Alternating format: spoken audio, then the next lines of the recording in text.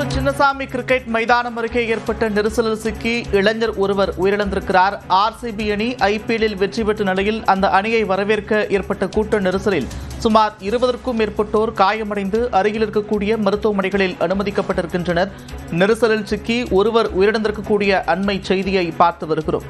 18 ஆண்டுகளுக்கு பிறகு ஐபிஎல்லில் ஆர்சிபி அணி வெற்றி பெற்று கோப்பையை கைப்பற்றியிருந்தது. இந்நிலையில் அந்த அணிக்கு உற்சாக வரவேற்பளிக்க சின்னசாமி மைதானத்தில் ஏற்பாடுகள் செய்யப்பட்டிருந்தன. இந்நிலையில் கூட்ட நெரிசலில் சிக்கி 20 பேர் காயமடைந்திருக்கின்றனர். ஒருவர் உயிரிழந்திருக்கிறார்.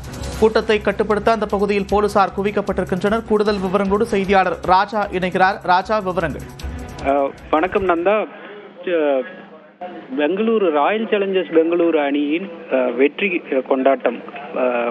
கொண்டாட்டத்தின் அந்த மைதானத்தின் அருகே, பெங்களூரு சின்னசாமி மைதானத்தின் அருகே ஏற்பட்ட கூட்ட நெரிசலில் ஒருவர் உயிரிழந்திருக்கிறார்.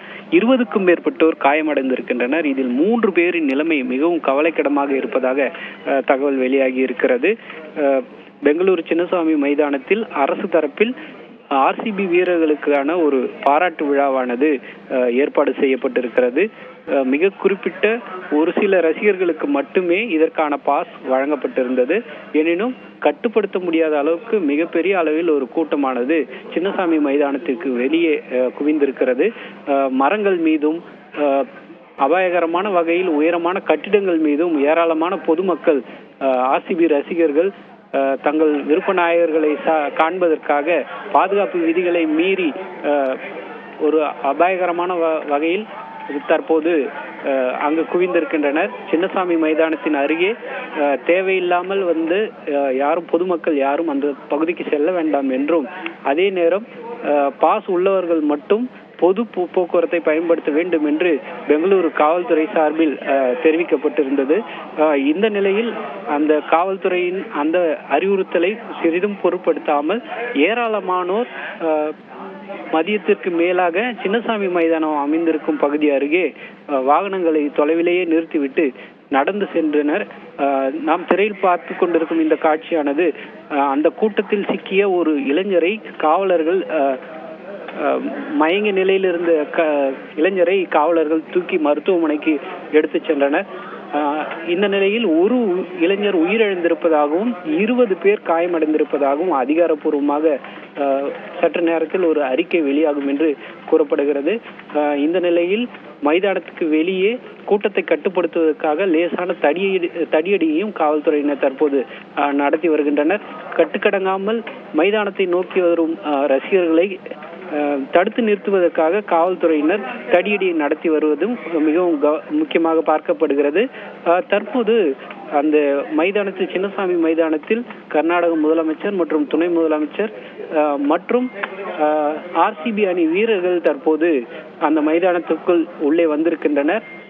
அந்த காட்சிகள் நாம் பார்த்து கொண்டிருக்கிறோம்.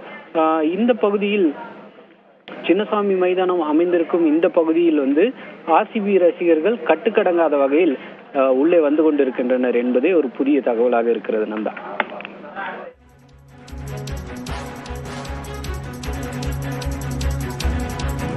இந்த காட்சிகளை பார்க்க முடியுது. இளைஞர் ஒருவரை போலீசார் எடுத்துக்கொண்டு ஓடக்கூடிய காட்சிகளை பார்க்கிறோம். அதே நேரத்தில் ஒரு அசாதாரண சூழல் அந்த மைதானத்தில் நிலவக்கூடியதை உணர முடிகிறது. கட்டுக்கடங்காமல் கூட்டம் வரக்கூடிய நிலையில் போலீசார் கட்டுப்படுத்த முயற்சிகளை மேற்கொண்டு வருகிறார்கள். மேலும் வேறு என்னென்ன முன்னெச்சரிக்கை நடவடிக்கைகள் எடுக்கப்பட்டிருக்கிறது ராஜா?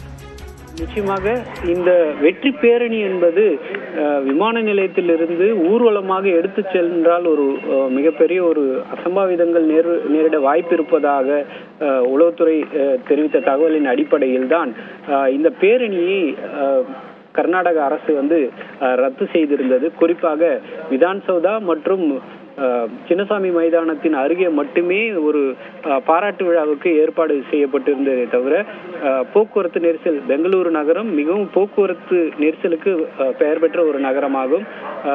டெக் நிறுவனங்கள் அதிகம் இருக்கும் இந்த பகுதிகளில் போக்குவரத்து நெரிசலை தவிர்க்கும் வகையில் இந்த ஏற்பாடுகள் செய்யப்பட்டிருந்தன. இந்த நிலையில்தான் ஏராளமானோர் இன்று வேலை நாளான இன்று பள்ளி கல்லூரிகள் மற்றும் வேலைக்கு செல்வோர் என ஏராளமானோர் ஒரே நேரத்தில் பெங்களூரு வீதிகளில் குவிந்தனர். இதன் காரணமாக காவல்துறையினர் அங்கு குவிக்கப்பட்டிருந்தாலும் அவர்களால் கட்டுப்படுத்த முடியவில்லை. இருந்த போதிலும் இயன்றவரை பொதுமக்கள் பாதுகாப்பாக இருப்பதற்காக காவல்துறையினரும் அங்கு அதிக அளவில் குவிக்கப்பட்டிருக்கின்றனர். 18 ஆண்டுகளுக்கு பிறகு முதல் முறையாக கோப்பையை முத்தமிட்டிருக்கும் ஆர்சிபி ரசிகர்களின் கொண்டாட்டம் தற்போது சோகத்தில் முடிந்திருக்கிறது. நன்றி ராஜா விவரங்களுக்கு.